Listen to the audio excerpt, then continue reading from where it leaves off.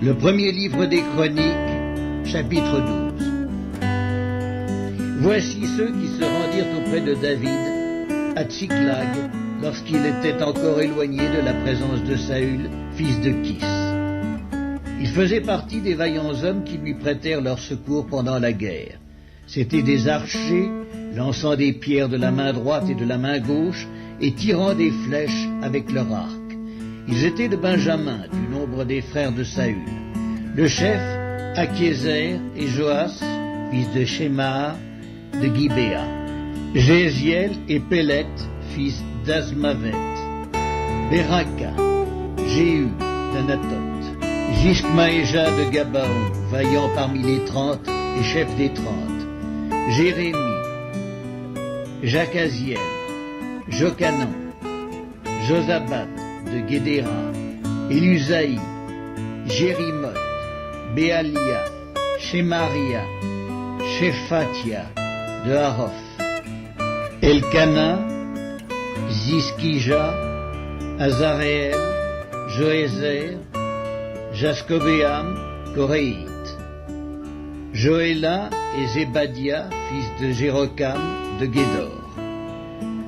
Parmi les Gadites, des hommes vaillants partirent pour se rendre auprès de David, dans la forteresse du désert, des soldats exercés à la guerre, armés du bouclier et de la lance, semblables à des lions et aussi prompts que des gazelles sur les montagnes. Ézer, le chef, Abdias, le second, Eliab, le troisième, Miskmanna, le quatrième, Jérémie, le cinquième, Attaï, le sixième, Eliel, le septième, Jokanan, le huitième, Elzabad, le neuvième, Jérémie, le dixième, Macbanaï, le onzième. C'étaient des fils de Gad, chef de l'armée.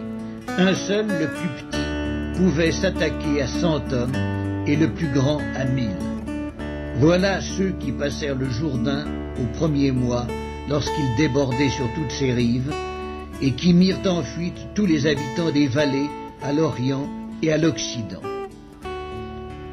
Il y eut aussi des fils de Benjamin et de Juda qui se rendirent auprès de David dans la forteresse.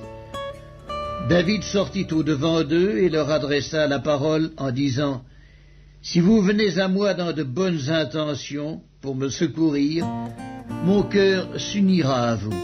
Mais si c'est pour me tromper au profit de mes ennemis, quand je ne commets aucune violence, que le Dieu de nos pères le voie et qu'il fasse justice. » Amasaï, l'un des principaux officiers, fut revêtu de l'esprit et dit « Nous sommes à toi, David, et avec toi, fils d'Isaïe.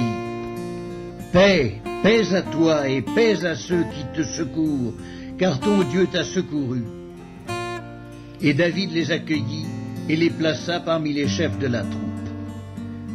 Des hommes de Manassé se joignirent à David lorsqu'il alla faire la guerre à Saül avec les Philistins. Mais ils ne furent pas en aide aux Philistins, car après s'être consultés, les princes des Philistins renvoyèrent David en disant « Il passerait du côté de son maître Saül, au péril de nos têtes. » Quand il retourna à Tsiklag, voici ceux de Manassé qui se joignirent à lui. Adnak, Josabad, Jédiaël, Mikaël, Josabad, Elihu et Tsiltaï, chefs des milliers de Manassé. Ils prêtèrent leur secours à David contre la troupe des pillards amalécites, car ils étaient tous de vaillants hommes, et ils furent chefs dans l'armée. Et de jour en jour, des gens arrivaient auprès de David pour le secourir, jusqu'à ce qu'il eût un grand camp, comme un camp de Dieu.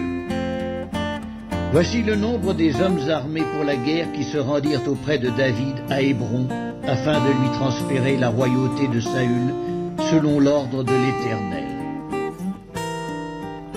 Fils de Juda, portant le bouclier et la lance, 6800, armés pour la guerre.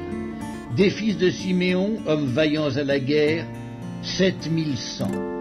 Des fils de Lévi, 4600. Et Jéhojada, fils d'Aaron, et avec lui 3700. Et Tsadok, vaillant jeune homme, et la maison de son père, 22 chefs. Des fils de Benjamin, frère de Saül, 3000, car jusqu'alors la plus grande partie d'entre eux étaient restés fidèles à la maison de Saül. Des fils d'Éphraïm, 20 800, hommes vaillants, gens de renom, d'après les maisons de leurs pères.